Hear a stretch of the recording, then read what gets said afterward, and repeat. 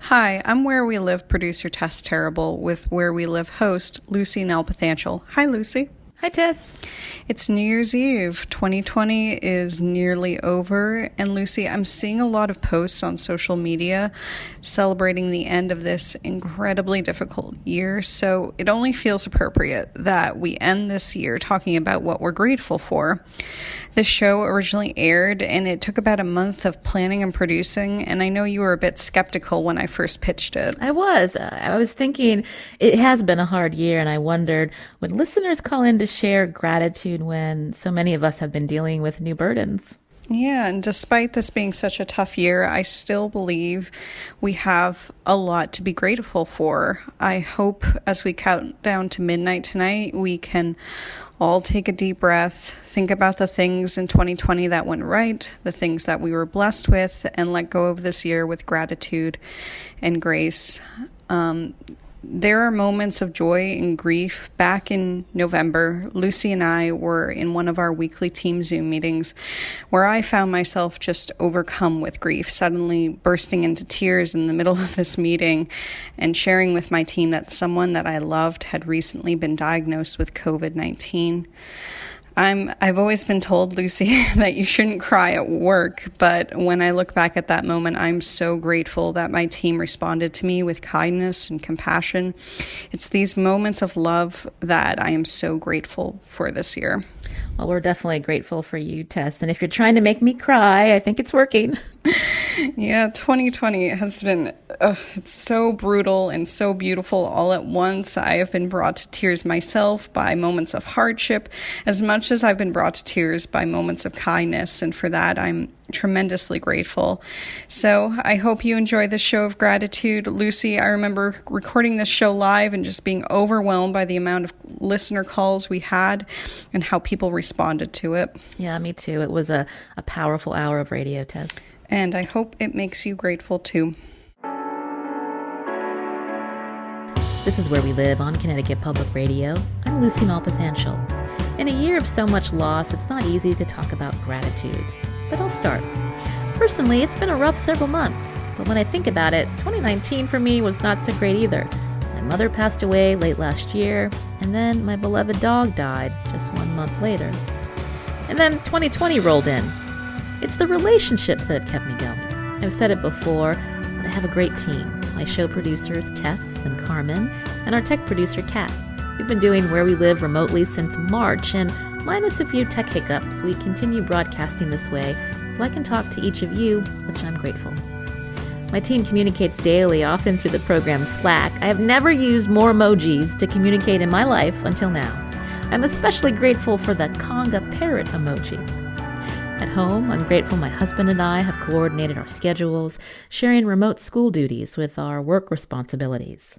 And I'm grateful for my 2 kids, Cormac and Willow, who show me each day what resiliency looks like. Today, Where We Live, what are you grateful for? We want to hear from you. Find us on Facebook and Twitter at Where We Live. Sue emailed and shared, "I am so grateful for FaceTime, Zoom, and Instagram. They've kept my husband and I connected to friends and children who live far away. I've even made new friends through Zoom. And despite all its problems, we could not have survived this isolation without these digital meeting places." Now, joining us now on Zoom is our first guest, Janice Kaplan, author of the Gratitude Diaries and host of the Gratitude Diaries podcast. Janice, welcome to the show. Good morning. So I talked about some of the things that I'm grateful for in my life, especially this year. And I wanted to hear what you're grateful for today, Janice. Well, I absolutely love the way you did that, Lucy, because it's exactly what the definition of gratitude is. Gratitude doesn't mean that everything is going perfectly. And as you described, you didn't have a wonderful year last year, or you had a bunch of things that went wrong, and same with this year. And being grateful doesn't make the bad stuff go away. It doesn't change that. But it allows you to remember that you can have a different perspective. It allows you to reframe the events of the year and to find some things that are good and hopeful. And I try to do that every day now. And being able to do the Gratitude Diaries podcast has actually been a wonderful mindset these last few months, because I wrote the book a few years ago, and doing the podcast now brings me back into every day thinking about new perspectives, new reasons to be grateful, and to remind people how to think about the world in a slightly different way. Now, we reached out to our listeners here in Connecticut, Janice, on social media to share their thoughts. So even heard from some former guests like Jackie Hubbard, who is the executive artistic director of the Ivoryton Playhouse. This is what she shared. This is Jackie Hubbard from the Ivoryton Playhouse in Ivoryton, Connecticut. I don't think we really have the vocabulary yet to describe this year. So many deaths and lives devastated. But in many ways, it has broken us open and made us feel everything more deeply, grief and joy and all of the things that make us human. And I'm so grateful to all of the people in my life who've brought me to tears with their generosity of spirit and their love of life this year in the face of such horror. I don't want to go back, but forward with this new sense of shared brokenness and healing together. I thought that was so powerful, Janice, especially when Jackie said, this year has broken us open and made us feel everything more deeply. It is very lovely. And it's important to understand that gratitude isn't just for the good times, and it isn't just for the bad times either. I think a lot of us say things like, oh, I'll be grateful when I have something to be grateful for. And if that's your attitude, honestly, you're never going to be grateful because gratitude is something that you look for, just as that beautiful audio you just played in the midst of a very difficult year. You say, yeah, there's that side of it. And then what have I learned from this and how can I grow? And gratitude gives you that sense of control, of being able to move forward, of finding some hope, of finding some brightness. If everything is endlessly bleak and endlessly dark, then it's very hard to move forward. But with gratitude, you're able to say, oh yeah, there is that little sliver of brightness. And even in these very dark times, I'm able to find something hopeful. And that is a way of moving forward. You're hearing Janice Kaplan again, author of the Gratitude Diaries and host of the Gratitude Diaries podcast. Linda's calling in from Summers. Hi, Linda. Hi there. I'm very grateful for just being here. My husband passed in September of 2019. I'm grateful that he did not pass during the COVID so that we could have a decent funeral and a wake for him. But after he passed and COVID began, I just wake up every morning, open my blinds, and look at the beautiful sky, the earth, and thank God for another glorious day. And I found a friend to walk with here in Summers, and we walk anywhere between 2 and 4 miles a day. It's somebody who lives on the very next street that I haven't known about, and we've both been in Summers for more than 40 years. I have a lot to be thankful for. My children keep in touch with me. I've learned how to Zoom. I've learned a lot of things that I never even knew were available. And I am not a person that gets depressed. I am grateful, thankful, and I hope to share this with everyone. When you wake up in the morning, open your blinds, look up at the sky, and look at the glorious earth that we have here. Linda, thank you so much for sharing that with us here on Where We Live. Janice, that's so beautiful, that statement that Linda made about losing her husband and still finding things to be grateful for, motivated to wake up each day, and finding new friends. Lucy, I love that. You have the best listeners. What a beautiful, beautiful statement that was. And, you know, my point that gratitude is really in your perspective, I think that listener made that really clear, right? You could just imagine her or someone the opposite of her saying, this has been a terrible time. My husband died last year. It's been COVID. I've been all alone without him. And both of those perspectives are correct, right? Both of those things are true. And we sometimes think that the negative is more real than the positive. And I'm not sure why we believe that, but I often hear people say, oh, you know, my friends just have on rose-colored glasses, but I see the truth. Well, the listener who just talked about her husband dying and last year so sadly, and all of the wonderful things she has been able to feel in this year, doesn't have on rose-colored glasses. She sees the world as it is, but she's looking for the positive and looking for the truth in beauty and in the lovely things she said. And I think that's a wonderful message and image for all of us. We're hearing from Senator Gary Winfield here in Connecticut on Twitter. I'm grateful for perspective, recognizing that anything that didn't have to happen is an opportunity I didn't have to have. I'm grateful to wake up, feel my toes touch the ground, to have been brought to life storms, to just be. Kathy writes, the friends who dropped off food when we couldn't leave the house, fabulous coworkers at Connecticut Legal Rights who have kept doing the work, and the media outlets that have shared my story. I believe Connecticut Governor Ned Lamont is with us now on the phone. Hi, Governor. Good morning, Lucy. So we want to know what you're thankful for, Governor Lamont. I'm really thankful in particular for the essential workers. In the middle of this pandemic, they showed up every day. They couldn't telecommute. They couldn't just stay at home. They were there, taking care of our grandparents in the nursing home. They were there going into the ICU. They were there as food service workers, making sure people got fed. They were there as daycare folks. So a special shout out to the essential workers. We need you more than ever, and we recognize that. That's an important point, Governor. Before we let you go, I wanted to share, we reached out to our listeners on social media. Some emailed us, including Randy from North Branford. And this is what Randy wrote. I am thankful for Governor Lamont and his administration. They've been on top of COVID-19 from the beginning and have made correct decisions no matter how unpopular they were. Their leadership has probably saved countless lives. How do you feel when you hear that, Governor? I say right back at you, Randy. We were very fortunate, for the people of Connecticut. More than any other state in the country, our folks wear the mask. And that's the most important thing you can do. We do that not just to keep ourselves safe, more importantly, to keep you safe, others safe. So, Randy, right back at you. I really appreciate your words. Well, thank you, Governor, for calling in. Deborah is actually calling in. She's in line waiting for a COVID test. Deborah, we hope you're okay. Tell us what you want to share. Well, we are extraordinarily grateful because as a result of the pandemic, we've got our children and grandchildren living with us. So we have in our household a 4-year-old and twins who are 9 months old. And there is nothing like holding a little baby, I mean, just lying there with a baby on your chest is just guaranteed to give you joy.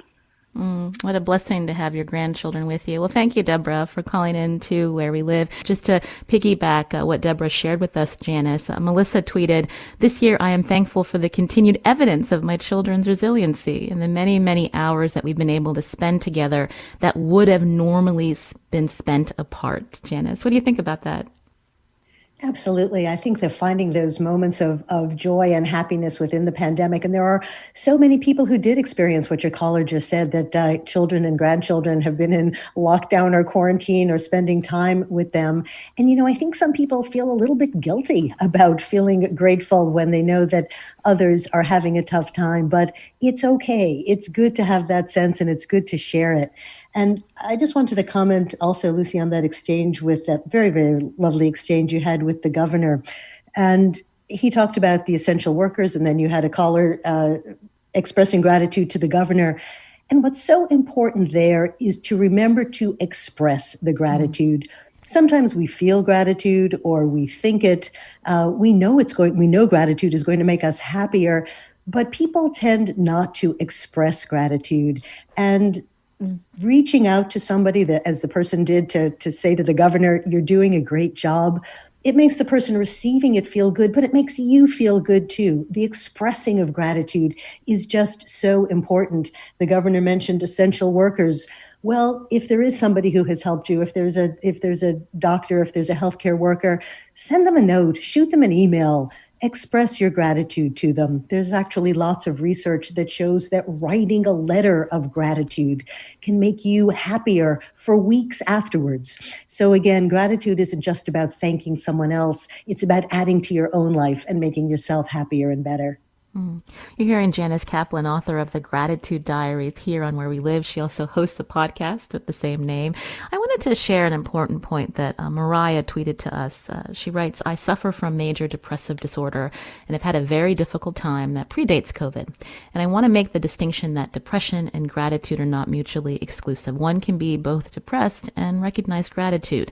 Gratitude may be harder to come into focus when suffering, but it can still be there. Mariah started a weekly Shakespeare reading Zoom group, which brings her great joy, for example. There's also she's absolutely right that gratitude and depression are not mutually exclusive, but there is also some great research showing that gratitude does relieve depression. When I was writing the Gratitude Diaries, I interviewed a psychiatrist at Mass General Hospital who's done extensive research into depression and very seriously suicidal patients. And he said at the time that gratitude interventions, including what I just described, the writing a letter of gratitude, often worked as well as any other treatments he was able to use. And that's pretty powerful. He has at his disposal all the pharmaceuticals one can possibly have for depression, but allowing people to focus on something good in their lives, to reorient themselves. The letter of gratitude helps you think about somebody who has made a difference to you, somebody who says, you are important and I do care about you. And that focus, that ability to remind yourself that you feel grateful and that others feel grateful to you can be an enormous help in fighting real depression or just the moody blues that many of us get. Tell us more about what science tells us about gratitude, Janice, and how it affects both our mental and emotional health. Sure. As I said, there is a lot of research into gratitude and health. And I guess we shouldn't be surprised anymore that there are mind-body connections. But when I was doing some of my research for the book, I was constantly surprised by just how powerful it is that gratitude relieves stress. It lowers blood pressure. It helps you sleep better. And as we just said, it has an effect on depression. I also found that gratitude seems to have an effect on your immune system. It lowers inflammation in the body. And when I was writing the Gratitude Diaries, I used to have migraine headaches. And I came up with a plan with a doctor who does integrative medicine on how I was going to use gratitude to fight migraine headaches next time I got one. Well, guess what? While I was writing the book, I never got another headache. And I asked the doctor about that. And he said, well, of course, you're spending every day thinking and writing about gratitude. Your inflammation is way down. All of us have different sensitivities, different things that are affected by stress, whether it's headaches or stomach aches. And taking that time to be grateful, to lower your inflammation, to lower your stress levels through gratitude can really have huge effects on your physical well-being. Janice, you said something earlier that I wanted to circle back on about how expressing gratitude is hard. Why is that? I think we sometimes worry that if we express gratitude, we sound soft and sappy. A lot of companies think that, I shouldn't say thank you to the people who work for me. I say thank you with a paycheck. It was that old 1950s attitude that I heard over and over again when I was doing my research. And the evidence is completely on the other side. When you're talking about a work environment, for example, we did a survey and we found that 80% of people said that they would work harder for a grateful boss. And 90% of people said that they thought a grateful boss was more likely to be successful because nobody succeeds on their own. When you express gratitude, people respond to it. But as I said, it's very hard because we somehow think it's putting us in a position of lesser power or we're undermining ourselves. Once you start doing it, though, you start to realize how wonderful it is. I talk in the book about the very first month when I was working on the Gratitude Diaries, and I decided to be more grateful to my husband and to stop criticizing and to just notice the good things that he does and to thank him for all of the good things that he does. And it had an unbelievable effect on our relationship. It changed things so dramatically. And he, of course, just naturally, as one does, started being more grateful to me. And, I had thought that being grateful to my husband for that first month of writing my book would be enough. But really, it ended up continuing for the whole year and all the years since. That expression of gratitude, whether to a loved one, to a spouse, to somebody you work for can make all the difference for both of you. I wanted to take another caller. Anthony's calling in from Bristol. Anthony, you're on the show. Hi, good morning, guys. Thanks for taking my call. I just wanted to say I'm grateful for the lessons that I've learned so far in 2020. I think that when things are hard, it's easier to learn because you face a lot of adversity. So I think we can take some great lessons forward. First of all, I think what the governor said was spot on about the essential workers, and I learned a big lesson about how important they are in our society. I also learned that this virus spread so quickly across the world, and the reason for that is because how interconnected we are. We really are very much reliant on each other. So maybe in 2021, maybe we'll move forward and be a little bit nicer to each other because of that. And last but not least, there were some really important racial lessons that I think I learned here in 2020. I never really understood some of the privilege that I have in my life until this year. So I think that we did a good job at least bringing that up. So those are some of the lessons I learned from a hard year. And I hope that 2021 is a little bit better because we will go forward with a little bit more knowledge. So I'm very, very grateful for those lessons. Thanks for taking my call, guys. And thank you, Anthony, for sharing that here on Where We Live. I want to thank Janice Kaplan, who joined us today on the show again. She's the author of the Gratitude Diaries and the podcast, the Gratitude Diaries podcast. This is Where We Live on Connecticut Public Radio. I'm Lucy Nalpathanchel. As we head into break, we want to play for you what some former guests and some listeners shared with us about gratitude.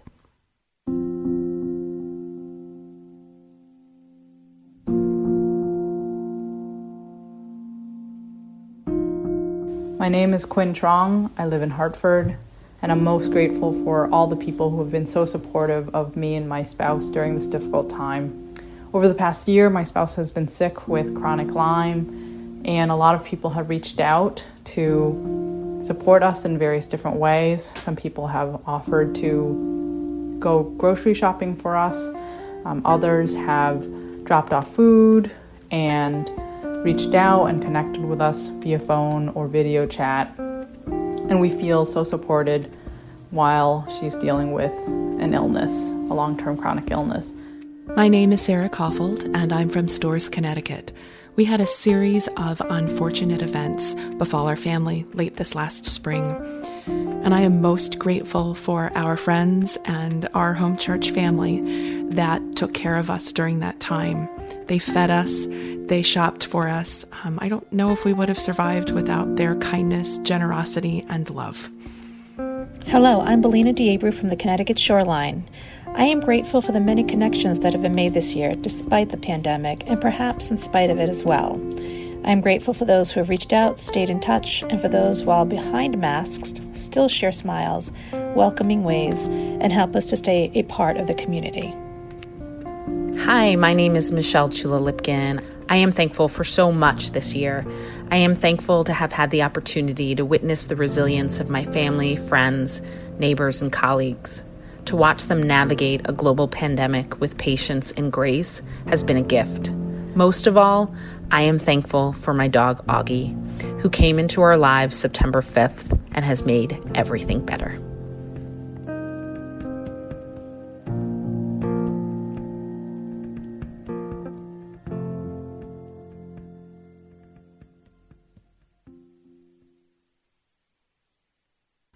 This is Where We Live on Connecticut Public Radio. I'm Lucy Nalpathanchel. Today we focus on gratitude. I want to go to the phones now. Burnett is calling in from St. Mary's Hospital. Burnett, are you there? Oh, good morning. Yes, Burnett is here. So tell me what you wanted to share. Well, briefly, 2020, many of us use it now as a coined phrase for things less than positive, and we search for things to be grateful for. As the Chief Nursing Officer at St. Mary's Hospital, Trinity Health of New England, on a daily basis, we see many things to be celebrated and to be positive for, and the reinstallation of hope. We have frontline workers who come to work every day with their heart and their head, and they are hopeful, and they do amazing things. They are not the only frontline workers. We celebrate the frontline workers of our community who we get to interact with in different levels. as leaders in this organization, we spend more of our day with these frontline heroes than we sometimes do with our own personal families. So we are grateful for the caliber of colleague that St. Mary's Hospital has in its organization, and for the frontline workers who we partner with to help take care of this community. Well, thank you, Burnett, so much for calling into the show to share that. Tom is actually calling in from St. Francis. Tom Burke, who's president of St. Francis Hospital. Tom, what did you want to share? Good morning. Good morning, Lucy. Thanks for having me. I think when we reflect on this question, what we're thankful for, I feel like I do this every year, but I think this year that question certainly has much more meaning and resonates with me more than ever. And for me, I'm especially thankful for all the healthcare workers, not only at St. Francis and Trinity, but really those across the region and the state. And when I think back on what I have witnessed firsthand over the past year as the industry has dealt with the onslaught of the first wave, uncertainty about testing, uncertainty about PPE, we're unsure about the economy, we worry whether our kids are in school or out of school or a combination of both, and it's something that it can change on a daily or weekly basis. And the pressure that this puts on working families, and now to have to face a potential second wave of the pandemic, we know it's going to be difficult, but I think we're smarter, we're ready, and I truly believe there's a light at the end of the tunnel. So what I am most thankful for are the heroes who show up day after day after day without hesitation to care for our community, and that's the nurses, that's our physicians, that's our PAs, that's our nursing assistants, our housekeepers, our food and nutrition colleagues, our pharmacists, our lab techs, our radiology folks, security, our chaplains, our volunteers, our transporters, and many, many others that are too numerous to name. But it's them. It's their resiliency that is inspiring, and the care they provide, I am most thankful for. Well, thank you, Tom Burke, for sharing that with us here on Where We Live. We reached out to listeners and former guests before today's show, and we heard from Tanisha Dugan from Theater Works Hartford. This is what she shared. This is probably going to be a very unpopular opinion, but I'm actually thankful for the lockdown because it forced a recalibration of my life, making me see my family more, my children more, by sort of rebalancing where work fit in the overall balance of my life and recognizing that it's all my life, that the work that I love is my life, that my children that I adore is my life, that the people who support my life are my life. And I think trying to live with more intention and smallness, right? Like the life within the four walls of my house and the people inside of it are a world in and of itself, and that I should be spending more time paying attention to that. I'm grateful for this time of reflection and shifting. Joining us now here on Where We Live on Zoom today, Adrian Gostick, co-author of Leading with Gratitude. Adrian, welcome to the show. Well, thanks, Lucy. Appreciate it. I think it's so refreshing to hear from so many listeners who are taking time to share with us what they are thankful for. When you think back to 2020, what are you grateful for, Adrian? It's a great question. I think what Teresa just said there was so powerful because I think you're right. She's right. It's been a reset for many of us that perhaps we were a little frenzied. I wrote an article a couple of weeks ago for Forbes where I found about half of executives say they do not want to go back to their pre-pandemic frenzied lives after things hopefully get back to normal. And another scary fact was that 70% of executives who've been interviewed say they have some pretty serious mental health challenges going through this pandemic. So I think the thing that I am grateful for is that it has been a reset for me and for my family and for many that I work with to be able to say, this is what matters most. And it's probably not jumping on a plane and flying here, there, and everywhere. It's really those human connections. When you were researching your book, what did you learn about how others are thinking about gratitude and reflecting on it, even before the pandemic? Well, I think it's great. I've been able to sit down and listen this morning to so many powerful thoughts from your listeners. And one of the unfortunate parts of hitting tough times like we are is what's the first thing we do every morning? We open up our news feeds and we start doom scrolling, right? And we create in our minds this little super highway of negativity. So we begin with negative every day. And so really what our research showed was we began researching Leading with Gratitude was that there's so much positive that can come from sort of turning that around. We circulate dopamine in our brains when we are more grateful. And that's very powerful. We become, instead of glass half full people, we become people who are looking for positivity every day. And that's a very hopeful place to be as we start looking for that. So the first part of gratitude really is seeing the good things that are happening around us. The second part, of course, is expressing that. So talk about how we make this a ritual in our lives. And, we deal a lot with leaders. So in my practice, we do a lot of executive coaching. And what we talk about is creating rituals. And so in the workplace, we have a manager that we work with. He begins every day with 10 pennies in his right pocket. And every day his goal is to move those 10 pennies from his right to his left. And every time he moves one, he has to be grateful to somebody in a very specific way. And he works actually for the Avis Budget Group, the car renters. And we talk about a tough time to work in car renting right now.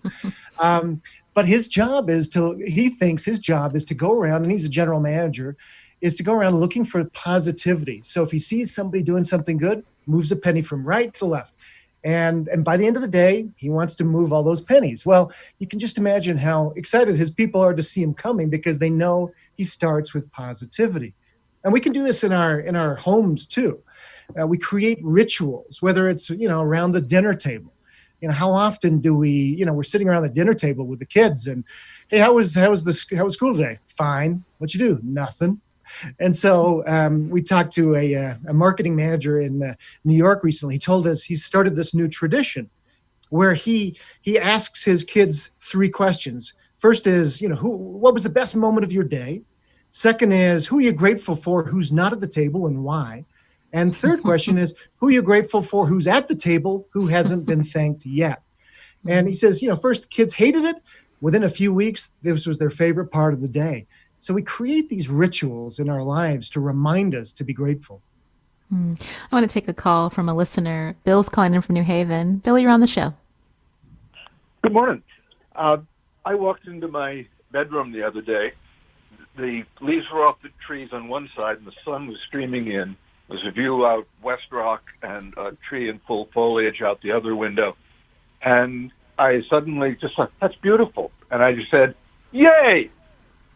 I live alone, so there was no one to wonder if I'd hurt myself or going off my rocker. And I realized that just the embodiment of saying, yay, made me feel better and helped clear the space in my head for some positive thoughts so that all of the woes didn't clutter up all of my brain. Mm-hmm. And I've tried to do that since, and it's not a ritual I have to prepare for. It just reminds me it's okay to respond to the moment. Oh, well, Bill, thank you for that reminder. Christy's calling in. Christy, you're on the show. Hi, how are you? I'm doing well. Oh, good. Thank you. Thank you for having me on. So I think the 3 for this year for me have been resilience, relationships, and new experiences. I think my relationships have gotten stronger because I've really been intentional with seeing people that I've been able to try to see in person or distance, and some new experiences. I've seen a bunch of new trails in Connecticut that I haven't seen, a lot of new spaces right around here, and also tried a bunch of new things like food blogs. I worked at the polls this year, which was a totally new experience for me. So I think 2020 has been kind of a big reset. Well, thank you, Christy, for calling in and sharing that with us. Adrian, Lisa emailed us and wrote, I'm grateful for my good health and the good health of my family members, a roof over my head, plenty to eat, reliable friends, and I'd like to express my hopes. In 2021, I hope for healing nationally, internationally, and among friends and family who have been broken by differences. Normality, whatever that means now. And I think that's a good thought to think about as we look and we hope for the coming year and not dwelling in on the past, Adrian? Yeah, Lucy, you're exactly right. And what Bill just said a moment ago, it's those little tender mercies, right? We're looking for that give us hope. One of the best practice that, as we did a lot of research, was that end of day, as you're laying in bed, kind of thinking about all the things that you've got to worry about the next day, is many people were telling us, those who have turned their lives to be more grateful, said that they begin or end their nights by just laying there thinking about the good things that could happen tomorrow, little things like I can have another healthy day. Maybe I'll hear from an old friend. Maybe the sun will be shining. You think about those little positives, and it really just sets you up to have a restful night and begin the next day in a good way. What you have to do, too, we heard a great little thing a couple of days ago as well, that one leader has begun doing on Friday afternoons what he calls a wine party with his employees on Zoom. So they get their favorite beverage at 4:00 on Fridays, and alcoholic or non, and they just complain for an hour. And they those stupid customers and this, that, and the other. And at the end of the hour, though, they let it all go. So they begin their weekend with a very positive idea. And by Monday morning, they come in again charged. So you got to look for those little things that will keep you going, and just let it go when it's getting too much. Adrian Gostick, again, is co-author of Leading with Gratitude. Thank you, Adrian. We're going to talk to your co-author right after the break. This is Where We Live. I'm Lucy Nalpathanchel. As we head into break, here again are some former guests sharing their thoughts on gratitude.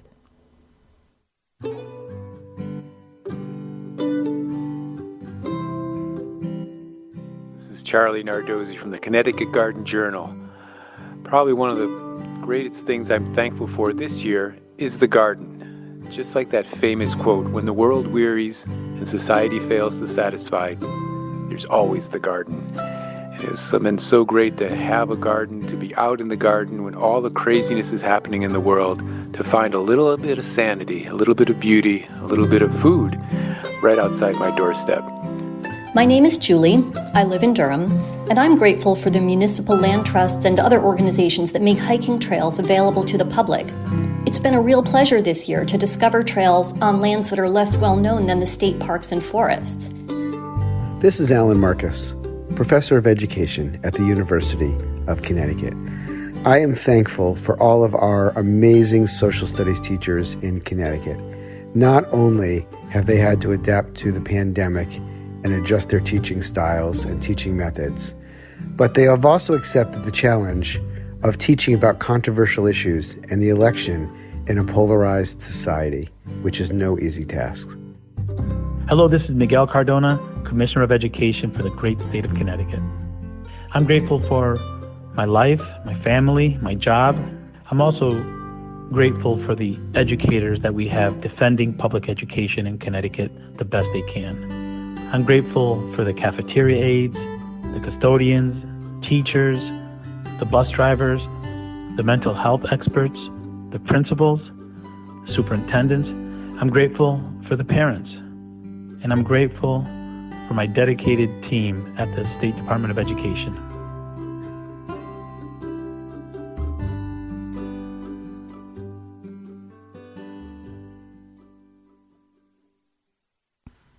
This is Where We Live on Connecticut Public Radio.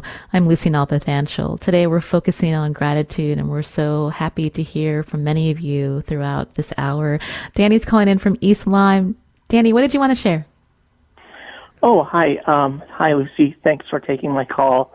And I just wanted to say that I live with one lung, so I could be at high risk for COVID. And I have lived with one lung since I was born, and I want to. And in 2016, I contracted pneumonia and put me in the ICU. And I wanted to thank all the healthcare professionals at Yale New Haven Hospital, especially Dr. Siegel, who was able to basically revive me to where I am today. And then today with COVID-19, I wanted to thank the friends and family that have kept me safe, and I'm in a fortunate position to be in a relative quarantine since February, and I'm so blessed to have my son. He's 8 years old. He's virtual learning right now through Lily B. Haynes, those teachers are essential workers, and I love and respect them. And I want to thank my boy, Steve, because he's also called me every single day to make sure I'm doing well. And I want to make sure I thank my mom and dad, and I could just go on. And my son's mother and my girlfriend, all these people have, been up to date. And I want to thank you and NPR for just, keeping me up to date and on the cusp of everything that's been going on with COVID-19. Yes. Danny, thank you so much. And we are glad that you're still with us. Thank you for calling with to the show. I wanted to bring in our other guest, Chester Elton, before we run out of time. Again, he's co-author of Leading with Gratitude. Chester, tell me what your response is as you listen to so many people taking time to share about gratitude in a year where we have lost so much. Yeah, isn't it wonderful? I mean, that list of all the things he was grateful for when he could be miserable, right? And look at what's going wrong. To celebrate Thanksgiving, I was thinking, your show is a cornucopia of gratitude, from the governor to first line workers. And thank you for doing that. You know what I love about what your listeners and people that have tuned in have done, and I think it's a wonderful best practice, is rather than look at the pandemic and look at the year and say, why me? Why is this happening to me? They're asking, what am I supposed to learn? How can I take what I'm learning in this crisis and carry it forward? Hasn't it been interesting to listen to? It has. When we think about, we talked a little earlier about how expressing when we are thankful or when we have gratitude, it can be a little awkward at times. And now that we may not see people in person like we want, what are some easy ways to share with people that you are thankful, Chester? Yeah, it's funny, when Adrian and I were researching our book, Leading with Gratitude, we came across this all the time. Leaders would say, well, I don't want to do it. I'm going to come across as being bogus and insincere. So there are some subtle ways you can do it.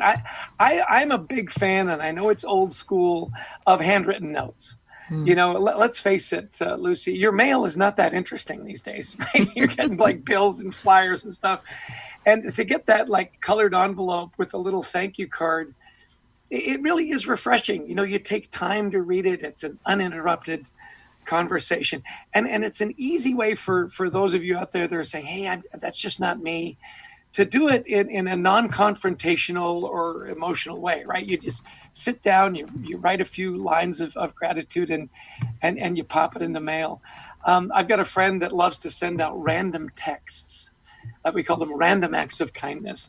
And Bob Bodine, a good friend of Adrian and mine down in Dallas, Texas.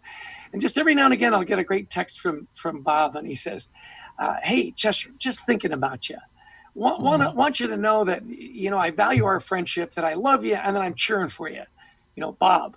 And I'll tell you a cute story. I've introduced Bob to many of my friends.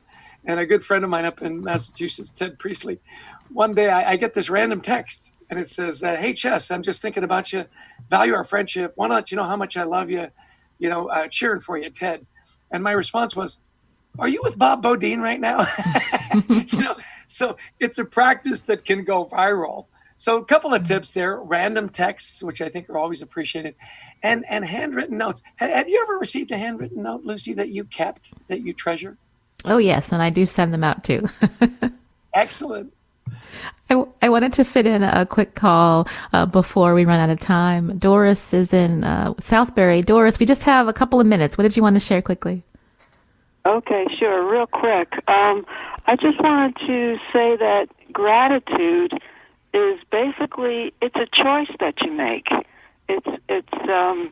We make so many choices during the day we don't even realize it, but I think gratitude is one of those choices that you make, that you decide to be. It's not magic. And once you make that choice to be grateful, you start losing sight of all the things that you thought were lacking.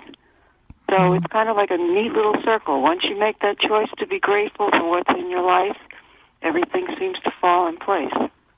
Well, thank you, Doris, for sharing that with us. I wanted to just read quickly from our other listeners. We won't have time to take your calls, but Susan says that she's truly grateful our democracy survived the election. She took a deep breath yesterday and feeling grateful. And James in New Haven shared with us that his family has a tradition, a game at dinner, that they take turns asking each other about what they're grateful for. And I think that's a great story to share with us as well. I want to thank Chester Elton again, co-author of Leading with Gratitude and co-founder of The Culture Works with Adrian Gostick, who we just spoke with. Chester, thank you so much. We hope you have a lovely Thanksgiving. And you too. Leading with gratitude is a wonderful way to lead. I'll tell you what, it's also a better way to live. I love that last caller. One last parting note. My father always said, you know what, Chester, happiness is a choice. Choose to be happy. Thank you so much, Chester. Today's show, again, produced by Tess Terrible, who I'm thankful that she took a chance moving to Connecticut to be on our team. We are thankful for her. On the phones today, Carmen Baskoff, who's been with this show for 4 years and continues to do great work. Thank you, Carmen. And our tech producer, Kat Pastor. Without her, you would not hear us each and every day. Thank you, Kat. I'm Lucy Nalpathanchel. As always, we're grateful to you for listening.